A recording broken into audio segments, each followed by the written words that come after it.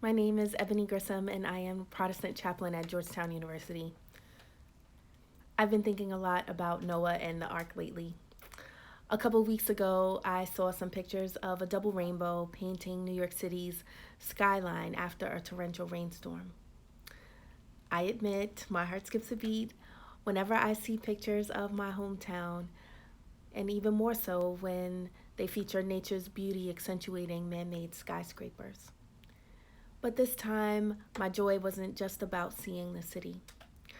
I realized this for sure about a week later when my alma mater posted a picture of a double rainbow framing its Gothic architecture.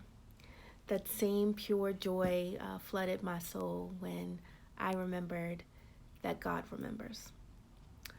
I think most of us know Noah's story, told to build an ark for an impending rainstorm not yet tracking on meteorologists' radars.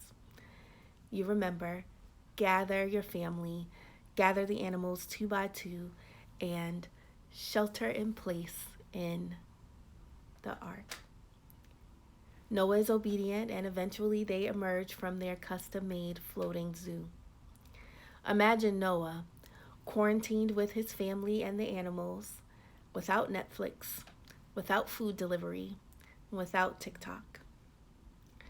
In Genesis chapter 9, God makes a covenant with Noah and uses the rainbow as a sign that God will keep God's word. We read in verse 13, I have set my bow in the clouds, and it shall be a sign of the covenant between me and the earth. And then in verse 16, when the bow is in the clouds, I will see it and remember the everlasting covenant between God and every living creature of all flesh that is on the earth. God's covenant floods my mind every single time that I see a rainbow. I remind myself that God remembers. God remembers what God promised Noah, promised humanity, promised creation, promised me, and promised you.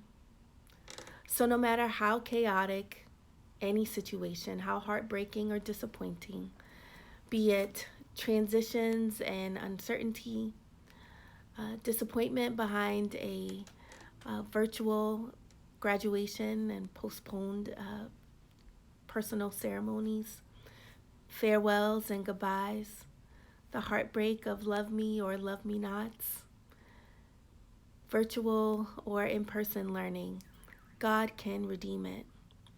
God must redeem it because God remembers.